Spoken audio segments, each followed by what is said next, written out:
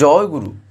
আজকের আমরা এই ভিডিওতে যে টপিকটার উপর আলোচনা করতে চলেছি সেটি হচ্ছিল এমনই একটা বিষয় যেখানে আজকে আমরা শুনব নাম ধ্যান করা নিয়ে কিছু কথা। অর্থাৎ নাম ধ্যান বিষয়টাই একটা এমনি এত কথা এ সম্বন্ধে শ্রী ঠাকুর বলেছেন যা একবার যদি বলতে শুরু করা হয় তাহলে তার কোথায় যে কি শেষ হয়, কোথায় যে কি তার অন্ত খুঁজে পাওয়াই মুশকিল। তার কারণ এমনই একটা বিষয়, তার কারণ এই যে নাম ধ্যান এটা প্রত্যেকটা মানুষেরই তো করা দরকার। এমনকি মেডিটেশন এটা আমরা প্রত্যেকেই জানি জীবনের যেটা প্রয়োজন। কিন্তু কথা হচ্ছিল এই নাম ধ্যান করার ক্ষেত্রে আমাদের কিছু কিছু জিনিস যে লক্ষ্য রাখা দরকার সেইগুলি কি কি, তারই ভিতর থেকে আজকে আমরা এমনই একটা কিছু কথা জানতে চলেছি যা শ্রী ঠাকুর নিজেই বলেছিলেন। তাই আজকে আমরা এই নাম ধ্যান নিয়ে কিছু কথা জানার চেষ্টা করব। তো যাই হোক, আজকের এই আলোচনাটি এবারে আমি শুরু করার আগে আপনাদের কাছে শুধু একটি কথাই অনুরোধ করছি, ভিডিওটিতে আপনারা সম্পূর্ণভাবে যুক্ত থাকার চেষ্টা করবেন। আশা করি দিলে আজকের এই যেই টপিকটি আপনারা দিলে নিঃসন্দেহেই বুঝতে পারবেন।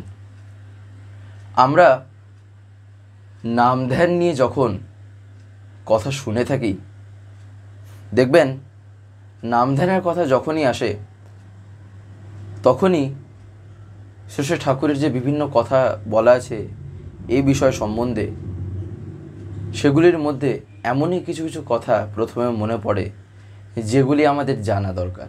যেমন এই নাম কি আর ধ্যান কি, নাম ধ্যান কিভাবে করব, কেন করব, করার প্রয়োজনীয়তা, বহু রকমের প্রশ্ন মনে আসতেই পারে, যেটা আসাও স্বাভাবিক, আসবে যে না এমন কোনো কথা নেই, তাই না? কিন্তু শ্রী ঠাকুর এই নাম ধ্যান কথা বলতে গিয়ে এই নাম সম্বন্ধে তিনি কি বলেছেন, অর্থাৎ এই নাম কথার মানে কি, নাম করলে কি হয়, কিংবা ধ্যান, এই যে ধ্যানও যে ঠাকুর বলেছেন, ধ্যান করলেই বা কি হয়, তাই না? ধ্যান কথার ভিতরে কি আছে, আজকে আমরা সেগুলিও কিছু কিছু জানার চেষ্টা করব। যেমন শ্রী ঠাকুর একদিন এই বিষয়ে বলছেন, এই যে এই নাম হলো একদম সহজ কথা যদি বলা হয় তা হচ্ছিল জীবনের একদম মূল জায়গাকে যদি ধরতে হয় তা হচ্ছিল এই নামেই আছে। অর্থাৎ ঠাকুর দেখবেন একদিন বলছেন নাম আর নামই অভেদ। অর্থাৎ এই যে এই নাম যদি কেউ করে, এই নামের মাধ্যমেই কিন্তু বাস্তবে নামীকে পাওয়া যায়, অর্থাৎ অনুভব করার একটা সুযোগ পাওয়া যায়। একটা অন্যতম শ্রেষ্ঠ পথ হচ্ছিল এই নাম ধ্যান, তাই না? না হলে আরও এরকম কিছু কিছু ঠাকুর কথা বলেছেন যেখানে কিন্তু বাস্তবে ইষ্টকে অনুভব করা যেতে পারে, তাই না? নাম ধ্যান হচ্ছিল তার একটা অন্যতম পথ। তো এই যে নাম করলে কি হয়, নাম করলে আমাদের যে চিন্তা ভাবনা, মানুষের যে বলতে পারেন বুদ্ধি, তারও তীক্ষ্ণ হয়। ঠাকুর দেখবেন সত্যানুসরণে একটা জায়গায় বলছেন নামে মানুষকে তীক্ষ্ণ করে আর ধ্যানে মানুষকে স্থির ও গ্রহণক্ষম করে। তাই এই যে নাম আর ধ্যান, তাহলে কি হলো, নাম হচ্ছিল একটা এমনই জিনিস যেটা মানুষের জীবনের আদি জায়গা, মূল জায়গা, যেটার উপরে তার জীবনটা স্ট্যান্ড করে আছে, যেটা ঠাকুর বলছেন, তাই না? তাই সেই জিনিসটা যখন সে পেয়ে যায় তখনই কি হয় না, সে তার জীবনটাকে আরও বৃদ্ধির পথে নিয়ে যাওয়ার একটা সুযোগও পায়, তাই না? এমনকি হয়ও যদি কেউ নামধ্যান করছে তার জীবন বৃদ্ধির পথে থাকবেই, তার কারণ মেডিটেশন একটা এমনই জিনিস যেটার কিন্তু মানুষের উপর একটা এফেক্ট পড়ে, যেমন তার শারীরিক দিক দিয়ে তেমন মানসিকভাবেও, মনের দিক দিয়েও, দুদিক দিয়ে তা পড়ে থাকে, তাই না? তাই এই যে এবারে নাম যে হলো, ঠাকুর তাহলে ধ্যান কেন বলেছেন এর সাথে? শুধু নাম বা শুধু ধ্যান এরকমটা তো কিছু বলেননি। নাম ধ্যান কম্বাইন্ড করে ঠাকুর কেন বললেন? তার কারণ ঠাকুর বলছেন ধ্যান কথার ভিতরে আছে ধারণা করা, তাই না? ধ্যান মানে ধারণা। আমি কোনো একটা জিনিস নিয়ে আমি চিন্তা করছি, ধারণা করছি, এটা কিভাবে করব, ওইটা কিভাবে করব, এটা কিভাবে হলো, এই যে আমি একটা জিনিস নিয়ে চিন্তায় আছি, একটা আমি ধারণা করছি, সেটাই হচ্ছিল ধ্যান। এবারে তো যেরকম জিনিস নিয়ে হতে পারে, তাই না? কিন্তু আমায় দেখতে হবে কোন জিনিসটা নিয়ে চিন্তা করাটা আমার জন্য মঙ্গলপ্রদ, কোন জিনিসটা নিয়ে চিন্তা করলে আমার জন্য তা ভালো হয়, ওইটা হচ্ছিল দেখার বিষয়। তাই আমি যখন তাকে জীবনে নিয়ে চলছি, তাই আমার এই যে নাম ধ্যান নিয়েও যে আমি কথা বলছি, নাম ধ্যানও যেন আমার এমনই হয়ে থাকে যেন তার জীবন বৃদ্ধিমুখর করে তোলে, বৃদ্ধির পথে যেন তা নিয়ে যায়। না হলে দেখবেন নাম ধ্যান করার ক্ষেত্রে এমনই কিছু কিছু জিনিস থাকে যেখানে আমি যদি কোনো একটা নেগেটিভ জিনিসকে ধরে নিয়ে যদি নাম ধ্যান করতে বসি না, আর যদি সেই জিনিসটাকে আশা নিয়ে যদি আমি নাম ধ্যান করি, তাহলে কিন্তু তার জীবনের ক্ষেত্রে বিপজ্জনকও হয়ে যেতে পারে। এটা একদম ঠাকুর বলেছেন। তার কারণ হচ্ছে হলো নামের ভিতরে সেই শক্তি আছে যে শক্তির মাধ্যমে অসম্ভব সম্ভব হয়। এবারে আমি যদি সেই জায়গায় দাঁড়িয়ে এমন কিছু জিনিস নিয়ে যদি আশা নিয়ে বসি যেটা হয়তো দেখা যাবে আমার জন্য মঙ্গলপ্রদ নয়, কিন্তু আমি ভাবছি কি না এটা হলে আমার ভালো হয়, সেক্ষেত্রে তিনিও কিন্তু আর কিছু করতে পারবেন না। তার কারণ তিনি সেই পথটা মঙ্গলের জন্য দিয়েছেন, তাই না? তার এই যে এত কথা বলা, এত এই যে বাণী, এই যে আমরা বলছি, পড়ছি, শুনছি, যাই করছি না কেন, চরিত্রগত করার চেষ্টা করছি, এই সব কিছু মঙ্গলের জন্য, অমঙ্গলের জন্য কিন্তু না, তাই না? তাই এই যে নাম ধ্যান করা, এই নাম ধ্যান করাও বেসিক্যালি যে জিনিসটা মাথায় নিয়ে করা দরকার তা ছিল কি জানেন? তাকে খুশি করার জন্য, আর কোনো রকম কোনো আশা রাখতে নেই। পরম পূজ্যপাদ শ্রী শ্রী আচার্যদেব একদিন এই নামধ্যান প্রসঙ্গে বলছেন যে আমরা নামধ্যান যে করি, এখন যদি গুনে গুনে দেখা যাবে কেউ তার স্বার্থ নিয়ে করছে, কেউ শর্ত নিয়ে করছে, কেউ একটা আশা নিয়ে করছে, এইটা তার হয়ে যাক, ওইটা তার হয়ে যাক। কেউ হয়তো চাকরি পাচ্ছে না, চাকরির আশাতে নিয়ে বসে গেছে নামধ্যান করতে, ডেলি করে চলছে। কেউ হয়তো বিপদে পড়েছে, বিপদ থেকে কীভাবে উদ্ধার হবে, বিপদ থেকে যেন এটা যেন উদ্ধার হয়ে যায়, আমার যেন এইরকমটা হয়, সেই সব নিয়ে বসে বসে প্রার্থনা করছে। যেগুলো হচ্ছিল একদম সহজ কথা বলতে গেলে আচার্য বলছেন আমি কেন করব, তাই না? আমার করার প্রয়োজনীয়তাটা কোথায়? আগে আমি সেইটা দেখি। যে আমার মনের কথা বুঝতে পারে না তাকে তো আমি গিয়ে এইসব কথা বলবো, তার কাছে আমি জানাবো, তাই না? আমি যাকে জীবনে ধরে চলছি, এদিকে বলছি তিনি পরম পিতা, এদিকে বলছি তিনি গুরু, যিনি অন্ধকার থেকে আলোর পথে নিয়ে যান। অথচ আলোর পথ যদি আমিই বুঝে গেছি, তাহলে আমি তাকে কেন জীবনে ধরে আছি? তাই নয় কি? তাকে তো ধরে আছি যাতে আমি আলোর পথে থাকতে পারি। কোনটা আলোর পথ বাস্তবে যেন আমি সেই পথেই থাকি। তাহলে আমি কেন জবরদস্তি আমার মনের ইচ্ছাগুলিকে তার কাছে ইয়ে করব, তাই না? নিজেরই তখন একটা বোধ জাগবে। উল্টো কী হবে, যখন আমি এই ব্যাপারটা বুঝতে পারবো তখন দেখবেন নিজেরই খারাপ লাগবে। কেন না? তার কারণ দেখেন, আমি তাকে বলছি পরম পিতা, মানে বাবা বলে যে আমি ইয়ে করছি। ভাবেন তো, বাবার কাছে ধরেন একটা কোনো আমার একটা চা পাওয়ার একটা ইচ্ছা আছে, আমি সেই ইচ্ছা নিয়ে গেছি। বাবাও কিন্তু সেক্ষেত্রে কী হন না, তিনিও যদি না দিতে পারেন তার মনে কিন্তু ব্যথা লাগে, তিনিও কষ্ট পান, তাই না? কিন্তু ধরেন বারে বারে একটা জিনিস নিয়ে যদি আমি বলি, সেক্ষেত্রে কি হয় না, সেক্ষেত্রে তিনি আর কিছুই করতে পারেন না, সেক্ষেত্রে তার হাতটা বন্ধ হয়ে যায়। তার কারণ আমি তার উপরে জবরদস্তি করতে গেছি। এখানেও ঠিক তাই। এই কথা এরকম বহু জিনিস আছে। যেমন একবার শ্রী ঠাকুরের কাছে একজন গেছেন, তার জীবনে অর্থনৈতিক মানে বলতে পারেন যে একটা ফাইন্যান্সিয়াল একটা ক্রাইসিসের জন্য তার জীবনে সবার জীবন যে একই রকমভাবে সব সময়ও যে একই রকমভাবে কাটবে এমন কোনো কথা নেই। জীবনে আপস অ্যান্ড ডাউনস আসেই আসে, তাই না? তো তার জীবনে একটা সময় সেরকম এসছে, তিনি ঠাকুরের কাছে গেছেন। এবারে কি হয়, ঠাকুরের কাছে তিনি জানান যে তার এখন দরকার, টাকা পয়সার প্রয়োজন, যেন ঠাকুর তাকে কিছু দেন। ঠাকুর প্রথম দিন তো কিছু করলেন না, দ্বিতীয় দিনও কিছু সারা শব্দ বা বললেন সেরকম কোনো উত্তরই দিলেন না। তৃতীয় দিন এরকম করতে করতে করতে করতে বারবার যখন তিনি বলছেন, ঠাকুর শেষে দুঃখ ভরা কণ্ঠে ঠাকুর শুধু বললেন, দেখেন কি হয়। শুধু এইটুকুই বলেছেন। তার কারণ ঠাকুর জানতেন, যদি তার কাছে সেই মুহূর্তে যদি তার হাতে যদি টাকাটা চলে আসে, যদি সে এই মুহূর্তে যদি টাকা পেয়ে যায়, তাহলে তার জীবনটা যে বিধ্বস্তের পথে যাবে। তার কারণ সে সেই মুহূর্তে টাকাটাকে সঠিকভাবে ইউটিলাইজ করতে পারবে না। ঠাকুর এমনি এমনি বলেননি টাকা আয় করা সহজ, ব্যয় করা কঠিন। মানুষ যখন তখন যেমনভাবে যদি খরচা করে, তাহলে সেক্ষেত্রে কী হবে, যত আয় করলেও তার পকেটে কিছু থাকবে না, তাই না? এই কারণে চাই বিবেচনা করে নিজের বিবেকটাকে কাজে লাগাতে হয়। তার মানে আবার এটাও না যে অতিরিক্ত, ঠাকুর বলছেন যে অতিরিক্ত আমি আবার যেন কঞ্জুস না হয়ে যাই। যেখানে দেখছি যে এখানে আমার কি না খরচার প্রয়োজন আছে, এটা না করলে মানে ঠিক না, সেখানেও যদি আমি কী করি, না না আমি করবো না, আমার টাকা খরচা হয়ে যাবে, সেগুলো আবার অতিরিক্ত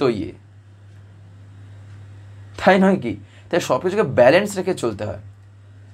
তো যাই হোক, তো এরকম করতে করতে কী হয়, তিনি তো ঠাকুরের কাছে বলেন, ঠাকুর তো তারপরে যেটা বললেন, এবারে কী হয়, তার টাকা দিয়ে হয়। কিন্তু কি হবে, এইবারে তার জীবনে আরও বিপদ আসতে থাকে।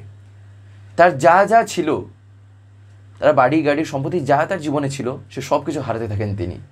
এমনকি পরিবার পরিজনও তিনি হারাতে থাকেন। কেন? এই টাকার জন্যই। তার কারণ তিনি টাকাটাকে পাওয়া সত্ত্বেও তিনি টাকাটাকে সদুপযোগ করতে পারেননি। তাই ঠাকুর প্রথম 2-3 বার বলা সত্ত্বেও ঠাকুর তার কথায় কিন্তু কোনো উত্তর দিয়েছিলেন না।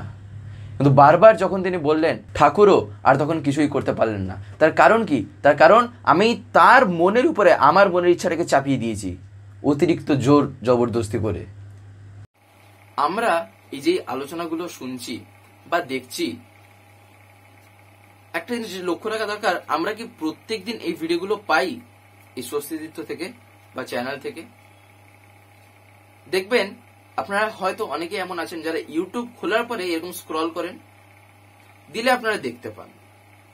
কিন্তু আপনাদের যদি ডেলি তার কথা শুনতে হয়, প্রত্যেক দিন যদি শুনতে হয় পরমপিতার কথা বা বিভিন্ন ঘটনা বা দর্শনের উপর আলোচনা, তাহলে আপনাকে তো চ্যানেলটাকে সাবস্ক্রাইব করে রাখতে হবে, যেটা অনেকে আমি দেখতে পাই হয়তো করতে জানেন না। বিশেষ করে যারা একটু বয়স্ক আছেন বা যারা মানে এতটা এক্সপার্ট নন মোবাইলের ক্ষেত্রে, তাদের কাছে আমি বলছি, আপনারা যদি না পারেন তাহলে বাড়িতে যারা ছোটরা আছে তারা এইসবে একদম পুরো মাহির, এক্সপার্ট, হাতের খেলা তাদের কাছে, তাদেরকে বলবেন, তারা করে দেবে। বলবেন সাবস্ক্রাইব করে পাশের যে একটা বেল আইকন আসবে ওটা প্রেস করে অল করে রাখতে। দিলে কি হবে, আমি যে ভিডিওগুলো আপলোড করব, আপলোড করা মাত্রই আপনাদের মোবাইলে নোটিফিকেশন চলে যাবে। নেট যদি অন থাকে তাহলে নোটিফিকেশন চলে যাবে যে ভিডিও আপলোড হয়ে গেছে। তখন আপনারা সেখানেই ডাইরেক্ট প্রেস করে ইউটিউবে ঢুকে দেখতে পারবেন। তখন আপনাদের ইউটিউব খুলে আর খুঁজতে হবে না, তাই না? তাই আপনারা যাতে প্রতিদিন শুনতে পান, তাই আপনারা এটা অতি অবশ্যই করে রাখবেন। এই কারণেই চাই হচ্ছে হলো কি না, তিনি যা যা বলছেন সেগুলিকে পালন করা। তাই এই যে নাম ধ্যান, যেমন একবার পরম পূজ্যপাদ শ্রী আচার্যদেব বলছেন, একবার একটি ছেলে এসছে, সে একটা আশা নিয়ে নাম ধ্যান করছে, আচার্যদেবের কাছে সে এসেছে। তখন সে জানায় তার সব কথা।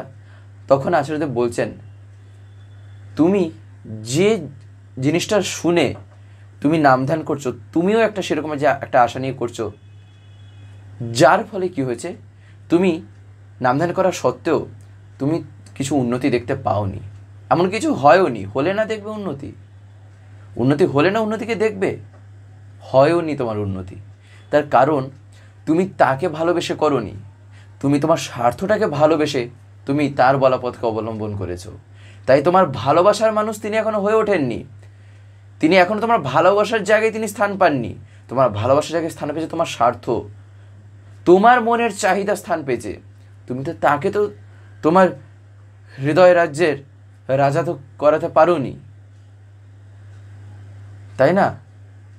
তাই তুমি করা সত্ত্বেও কি হয়েছে না, অযথা তোমার সময়টা উল্টো আরও নষ্ট হয়েছে,